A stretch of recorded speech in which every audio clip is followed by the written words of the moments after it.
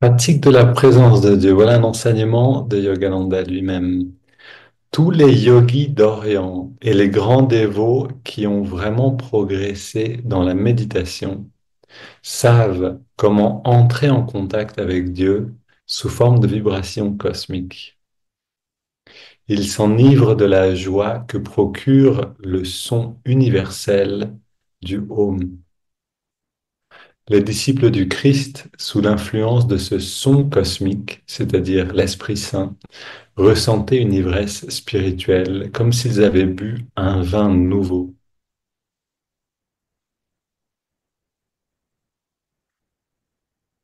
Et ici, donc, Yogananda nous donne, dès la première phrase dans ce texte, l'importance de cette communion intérieure. Je relis tous les yogis d'Orient et les grands dévots qui ont vraiment progressé dans la méditation savent comment entrer en contact avec Dieu sous forme de vibrations cosmiques.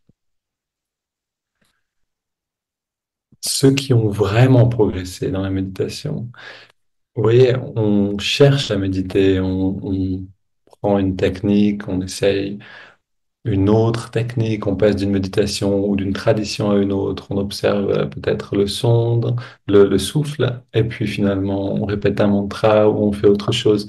Mais l'important, c'est de pouvoir, si on veut vraiment avancer, c'est-à-dire si on veut vraiment entrer, qu'est-ce que ça veut dire avancer spirituellement? En fait, ça veut dire entrer dans ce processus de transformation intérieure qui nous permet de nous libérer des limites mentales, des identifications erronées, puisque c'est ça en fait qui forme nos limites mentales, des humeurs sombres qu'on peut connaître pendant la journée, de toutes ces humeurs tamasiques dont on a souvent parlé. Typiquement, je me réveille, je sens une sorte de lourdeur intérieure, de torpeur, toutes ces choses qui empêchent de sentir la joie naturelle d'être en vie.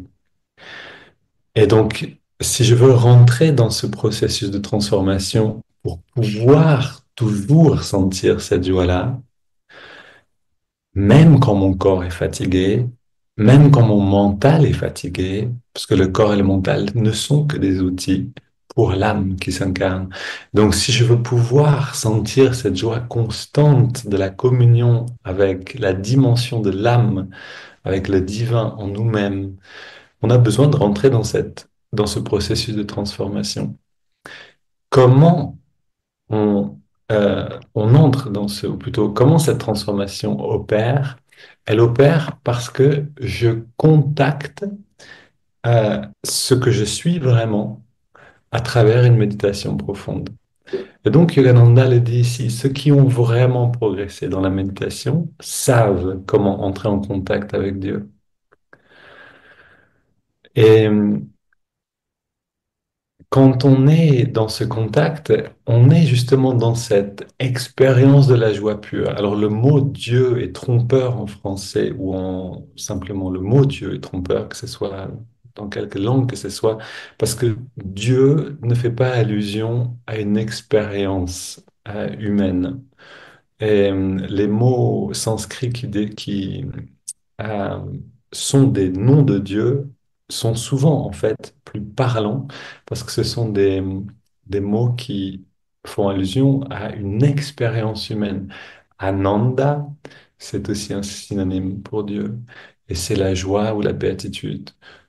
Asha, c'est l'espoir. Et comme le disait Ashanaya Swami hier, c'est aussi un synonyme pour Dieu. Donc, ces mots, en fait, nous révèlent, ces noms de Dieu nous révèlent l'expérience elle-même. Quand je suis en contact avec la joie pure de la présence divine, ce processus de transformation se met en chemin. Parce que cette qualité de joie dont je fais l'expérience me redéfinit petit à petit dans qui je suis vraiment. Si je passe la journée à passer d'une émotion à une autre, qui je suis dans tout ça? Un ensemble d'émotions différentes.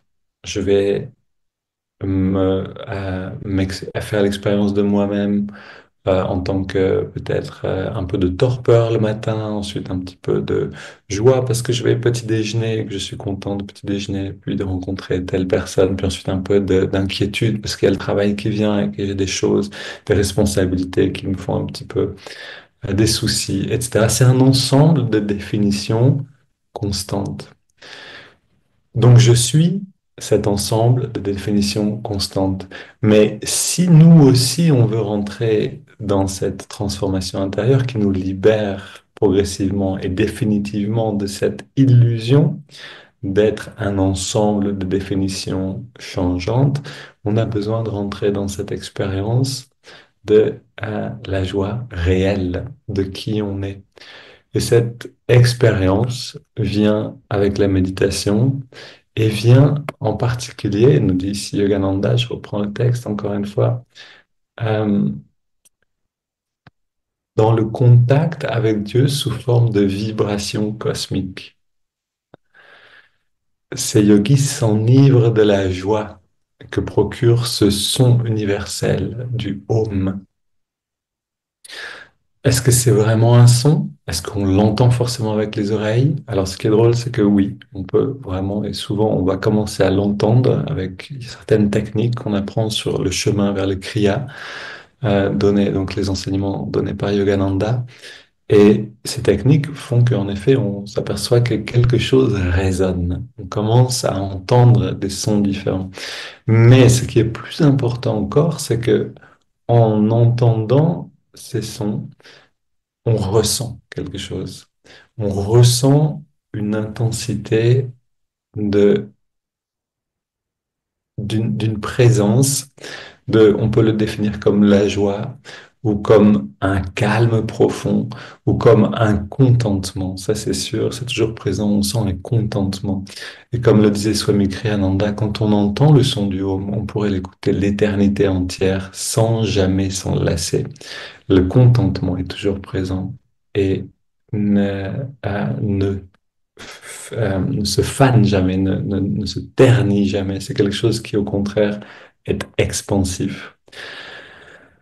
Alors, on est en plein milieu de la journée, il est midi et demi, midi 40, et c'est le moment pour se demander où est-ce que je suis maintenant dans la définition de moi-même? Est-ce que je peux sentir cette, euh, cette qualité expansive de qui je suis vraiment? Et on retourne dans, et on retourne dans cette qualité-là, dans cette détente. Et parce qu'on en a l'intention, on rentre en contact avec cette qualité.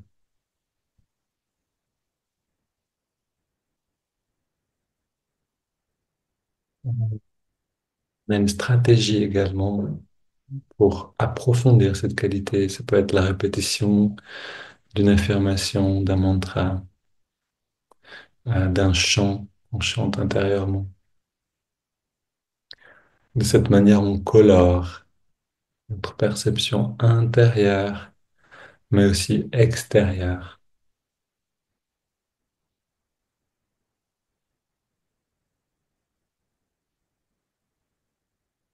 Et aujourd'hui, je vous propose, quand vous ouvrirez les yeux après cette petite méditation ensemble, de garder l'attention sur la coloration de la perception.